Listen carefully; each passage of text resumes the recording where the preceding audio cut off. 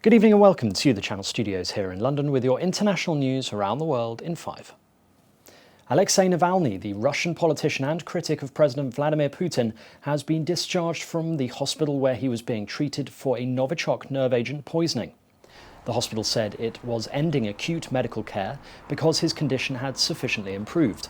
Mr. Navalny posted a picture of himself standing unaided with a message saying doctors had given him every chance of a full recovery. His team alleges he was poisoned on the orders of President Vladimir Putin, but the Kremlin strongly denies any involvement. Belarus President Alexander Lukashenko, whose re-election in a disputed poll last month led to weeks of mass protests, has been inaugurated for a 6th term. State media said several hundred people attended the secret ceremony at the Palace of Independence in central Minsk. Streets were sealed off as Mr. Lukashenko's motorcade raced through the city, according to witnesses.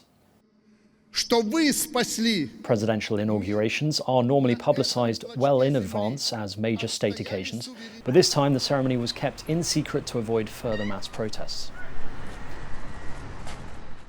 Chinese President Xi Jinping has announced the country will aim to hit peak emissions before 2030 and for carbon neutrality by 2060. Mr. Xi outlined the steps when speaking via video link to the UN General Assembly in New York.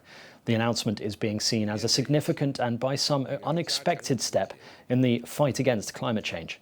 China is the world's biggest source of carbon dioxide, responsible for around 28% of global emissions today. About 470 whales have died off Australia's remote southern coast in what is suspected to be the largest stranding on record. The number is 320 more than yesterday's death toll. Since Monday, hundreds of long-finned pilot whales have been found beached on Tasmania's west coast. Rescuers had managed to save 50 and are trying to help the remaining estimated 30 whales. Pilot whales in particular are known for stranding in groups because they travel in large, close-knit communities which rely on constant communication. Researchers say it's possible that one leading individual could have mistakenly led the whole group to shore. Exceptionally heavy rainfalls continue to hit the Indian west coast, bringing flooding to the streets of India's financial capital Mumbai. Meanwhile, rescue workers continue to battle rain and cramped conditions to scour through the rubble of the apartment building that collapsed on Monday on the outskirts of Mumbai. The death toll has so far risen to 36 and at least 8 people are still missing, while rescue personnel are clearing debris to look for them. Officials are still investigating the cause of the collapse of the structure that housed 54 apartments, but many speculate heavy rains may have played a role. In South Sudan, an estimated 625,000 people have been affected by flooding in areas along with the White Nile since July. That's according to the United Nations.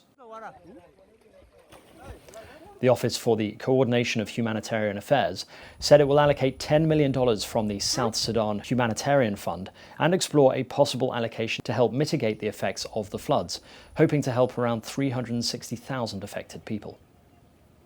Police in Cameroon have used tear gas and water cannon to disperse protesters calling for an end to President Paul Biya's near 40-year rule in the commercial hub of Douala.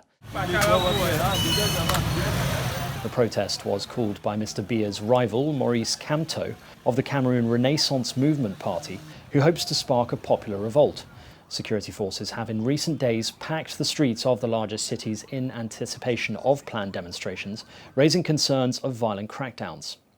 Australia has asked Google to remove photographs of the top of the sacred indigenous site ULURU, a tool that allowed users to appear to walk on its summit.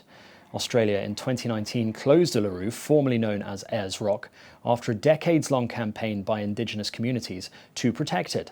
Local authorities say Google Images contains photographs of the sacred site, which effectively defies the ban. And finally, 24 cyclists in the Russian city of Yekaterinburg have taken part in a race with a difference.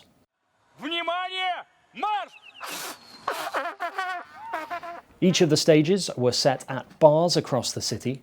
According to rules set by organisers, all participants had to visit 6 pubs and drink a glass of beer, wine or water if they preferred sports to alcohol.